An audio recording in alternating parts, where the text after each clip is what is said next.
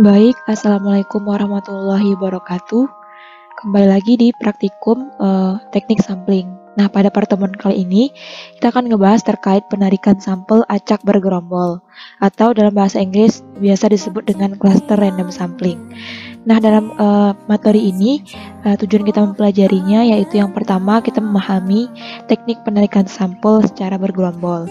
Kemudian kita bisa menduga parameter populasi baik itu rataan, total, dan ragamnya.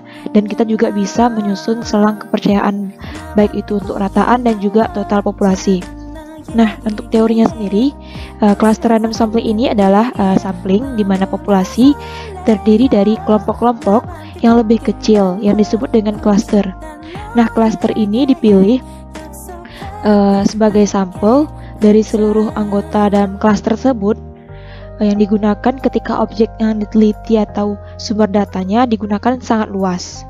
Misalnya saja pada penduduk dari suatu negara, provinsi maupun kabupaten. Nah, pada penarikan cluster random sampling lebih baik digunakan daripada simple random sampling karena ada dua alasan. Yang pertama itu karena kerangka penarikan sampelnya yang lengkap tidak tersedia untuk diperlukan biaya yang mahal. Dan biaya untuk mengumpulkan keterangannya meningkat dengan bertambah jauhnya jarak antara satuan sampel. Untuk contohnya kita lihat ada penelitian yang bertujuan untuk mengetahui rata-rata pendapatan penduduk di kota Banda Aceh. Nah, kecamatan yang ada di kota Banda Aceh seperti Syahkuala, Baitur Rahman, Jaya Baru, Kuta Alam, Kuta Raja, dan sebagainya. Itu yang kita anggap sebagai klaster. Nah, apabila kecamatan Syahkuala terpilih sebagai sampel, maka semua rumah tangga yang berada pada kecamatan tersebut kita teliti. Kemudian anggota rumah tangga yang bekerja ditanya jumlah pendapatan yang diperoleh. Kemudian dengan menggunakan teknik cluster dan sampling ini, kita meneliti atau kita tidak mengetahui kerangka sampel untuk seluruh penduduk di kota Aceh. Tetapi cukup dengan mengetahui kerangka sampel untuk kecamatan yang terpilih saja. Ini memudahkan kita dalam menghemat waktu dan biaya. Nah, untuk pendugaan rataan dan total populasinya, yang pertama kita menduga rataan dan populasi menggunakan rumus, yaitu M bar. Kita lihat keterangannya ada N besar, N kecil, MI, M bar, M besar. Kemudian pada pendugaan rataan populasinya, yaitu menggunakan Y bar dengan rumus berikut. Nah, jika M tidak diketahui, maka kita menggunakan yang M kecil. Nah, M di sini adalah jumlah populasi atau individu di dalam suatu populasi. Kita lihat pada yang ketiga, total populasi. Nah, ada dua cara untuk menduga total populasi, tergantung nilai M besarnya. Nah, M besar ini adalah banyaknya individu di dalam populasi. Untuk yang M tidak diketahui, maka kita menggunakan rumus sebagai berikut, dan untuk ragamnya sebagai berikut.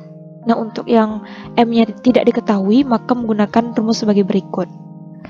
Dan pendugaan ragam sebagai berikut. Jadi yang perlu kita cari adalah pendugaan populasi, pendugaan rataan, dan pendugaan ragam. Nah, untuk yang keempat yaitu penduga proporsi populasi. Nah, untuk proporsi itu tuh dilambangkan dengan P. Jika populasi yang diketahui, maka menggunakan P besar. Namun jika populasi tidak diketahui, maka menggunakan P kecil. Nah, untuk proporsi rata-ratanya menggunakan rumus sebagai berikut, dan untuk ragam proporsinya bisa menggunakan rumus sebagai berikut. Langsung saja kita ke contoh soalnya menggunakan laporan kakak tahun kemarin. Nah, pertama tentu saja cover, yang mana judulnya adalah penarikan sampel acak bergerombol atau cluster random sampling. Nah, kemudian soalnya. Nah, di sini soal yang tahun kakak kemarin itu dilampirkan daftar provinsi dan kabupaten yang ada di Pulau Jawa, yaitu menggunakan data IPM tahun 2020, yang mana dengan menganggap provinsi sebagai klaster dan kabupaten sebagai individu populasi. Kita lihat tabel satu berikut ini merupakan kerangka penarikan sampel berklasternya. Jadi di Pulau Jawa ada 6 provinsi, yaitu ada Banten, DKI Jakarta, Jawa Barat, dan Jawa Timur, Jawa Tengah, dan DI Yogyakarta. Nah, di sini merupakan provinsi yang ada di Pulau Jawa beserta jumlah kabupaten dan kota di provinsi tersebut. Jadi klasternya adalah provinsi, ukuran klasternya adalah jumlah masing-masing kabupaten atau kota di provinsi tersebut. Kemudian kita lakukan perjumlahan di ukuran klasternya. Jadi dijumlahkan ukuran klaster ini, didapatkan nilai total pada tabel 1. Nah, untuk yang prosedur kegiatan kita, yang pertama kita menentukan nilai N besar, M besar, dan M bar. Nah, N di sini adalah jumlah dari klaster yang kita miliki, yaitu sebanyak 6 klaster, yaitu terdiri dari provinsi-provinsi yang ada di Pulau Jawa, yaitu ada 6. Kemudian, nilai M besar di sini merupakan nilai jumlah dari ukuran klaster ke 6 klaster ini. Jadi, M di sini adalah jumlah atau total dari ukuran klaster. Kemudian M bar di sini adalah kita ingin menduga berapa ukuran klaster per 6 provinsi yang ada di Pulau Jawa ini. Jadi N besarnya adalah 6, M besarnya adalah 119, dan M barnya adalah pembagian antara M dengan N. Kemudian yang kedua, kita melakukan penarikan sampel acak berklaster, yang mana ukuran provinsi yang kita ambil adalah 4 provinsi. Kita ingin mengambil 4 provinsi dari 6 provinsi. Jadi kita menggunakan sintaks sampel, populasi dulu 6, baru sampel 4, replace-nya false atau tidak berulang. Kemudian kita peroleh nilai 5, 2, 6, 3, kemudian kita urutkan menjadi 2, 3, 6, 5, diperoleh provinsi yang kedua adalah kita lihat DKI Jakarta, kemudian dilanjutkan dengan yang ketiga yaitu Jawa Barat, dan seterusnya sampai ke provinsi yang terakhir yaitu 6. Jadi 2, 3, 5, 6 sesuaikan dengan tabel yang pertama. Kemudian kita lakukan perhitungan MI. M kecil I ini adalah jumlah ukuran klaster per provinsi awal tadi. Kemudian YI di sini adalah didapat dari data IPM. Nah, Y ini data IPM tahun 2020 pada laporan KK. Jadi pada 6 kabupaten dan kota yang ada di DKI Jakarta dijumlahkan nilai dari data IPM yang ada di provinsi Jakarta tersebut.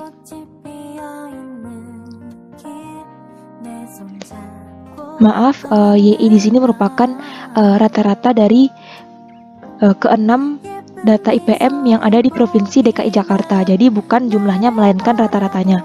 Begitu juga di Jawa Barat, jumlahkan data IPM tahun 2020 ke 27 provinsi ini. Baru dicari rata-ratanya. Kemudian ditotalkan dapat YI. Nah, kemudian pada pendugaan rataan populasi itu dengan menggunakan mu bar atau kita menggunakan Y bar. Rumusnya adalah sigma I dari 1 ke N YI per sigma I dari 1 ke N MI. Jadi total yang dari kita lihat tadi, total dari YI tadi kita bagi dengan jumlah total dari MI di sini. MI dari ke-4 provinsi. Diperoleh mu barnya adalah 73,28. Nah, untuk ragam contoh, kita menggunakan rumus sigma ini, YI kurang MI Y bar dikuadratin dibagi dengan sigma NI dikurang 1. Jadi, kita lihat 482,07 kita kurang dengan MI. Nah, MI pada 482 ini adalah 6. Berarti masukkan 6 dikali Y bar di sini nilai dari dugaan rataan populasi ini 73,28 dikuadratin dibagi dengan N dikurang 1. N-nya adalah 4 karena kita menggunakan 4 klaster. Begitu seterusnya ditambahkan dengan yang kedua. Setelah 482 adalah 1934. Kita kurangkan dengan berapa ukuran klasternya 27 dikali dengan 73,28 yang udah kita cari sebelumnya. Kita lakukan sampai ke 394,9, maka diperoleh S-nya adalah 41,96 atau kita ingin menduga ragamnya adalah 1760,52. Nah, untuk yang ke C yaitu duga ragam penduga rataan populasi dengan pertama kita menggunakan nilai M besar atau individu yang ada di klaster tersebut. Kita menggunakan S kuadrat adalah N besar dikurang N kecil dibagi N besar N kecil dikali M bar yang dikuadratin dikali dengan sigma I sama dengan 1 per N dikali YI dikurang M dikali Y bar dikuadratin dibagi dengan N dikurang 1. Nah, di sini kita masukkan N besarnya adalah 6 karena jumlah klaster kita ada 6 dikurang dengan kita tarik 4 provinsi, maka 4 provinsi tersebut adalah sampel dari klaster kita, yaitu 4 dibagi dengan 6 dikali 4 dikali M-bar tadi yang udah kita cari.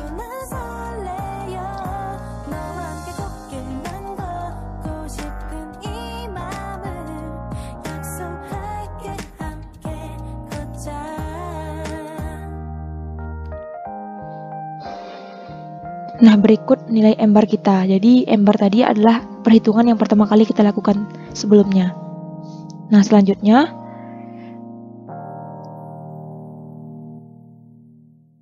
dari rumus ini dilanjutkan sigma I sampai dengan 1, I sama dengan 1 sampai dengan N dikali YI. Nah, YI di sini kita sesuaikan dengan yang ada data tabel pada klaster kita. Kemudian dikurangkan dengan MI. MI kita tadi berapa?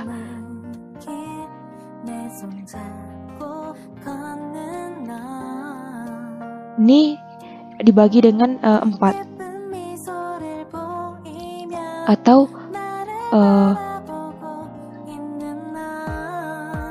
73,28 dikuadratkan ditambah dengan selanjutnya 1934,36 dilanjutkan lagi 253437,99 sampai ke 394,9. Ini kita lihat pada tabel ini. Sedangkan MI-nya adalah kita lihat 73,28. Oke, next, dapatlah S-nya adalah 19,31. Kemudian kita menggunakan nilai M. Nah, nilai M di sini kita menggunakan MI dibagi dengan N. MI-nya adalah 73, N-nya adalah 4, maka diperoleh M-bar-nya adalah 18,25.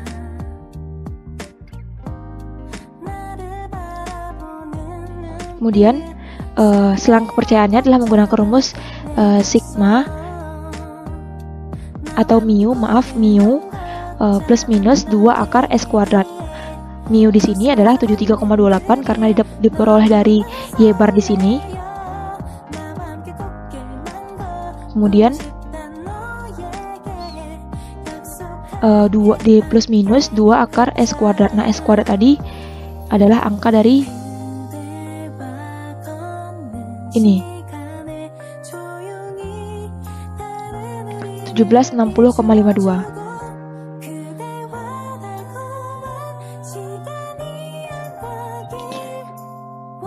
Maka diperoleh 73,28 plus minus 1,22.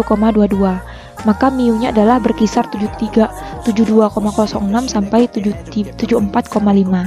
Ini merupakan selang kepercayaan untuk rataan populasi. Nah, untuk pendugaan total populasi kita menggunakan torsi sama dengan pendugaan torsi sama dengan M dikali Y bar, yaitu M-nya adalah 119 dikali Y bar-nya adalah 73,28. Kemudian kita menggunakan S kuadrat sama dengan rumusnya adalah ini, N kuadrat dikali N dikurang N kecil per N besar kali N kecil dikali yang ada dalam kurung ini, maka diperoleh nilai M-nya adalah 72,67. Selang kepercayaannya adalah torsi plus minus 2 akar S kuadrat, masukkan nilai torsi tadi yaitu 8720. Torsi ini dimasukkan ke sini plus minus 2 akar, masukkan S kuadrat tadi 5281, maka diperoleh torsinya adalah 8574,97 untuk yang sebelah kiri dan sebelah kanan adalah 8865,67. Nah, untuk lampirannya kalian buat ini data IPM di Pulau Jawa untuk Provinsi Banten, kemudian Provinsi Jakarta. Jadi buat masing-masing provinsi. Nah, untuk pada laporan kalian itu kalian mencari data IPM tahun 2021 di provinsi atau di Pulau Sumatera. Jadi pada laporan kakak menggunakan Pulau Jawa dan kalian menggunakan Pulau Sumatera menggunakan data IPM tahun 2021.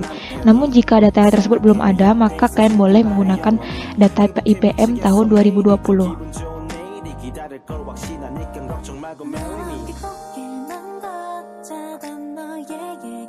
Nah, untuk per provinsinya, masing-masing praktikan hanya boleh dalam satu pulau tersebut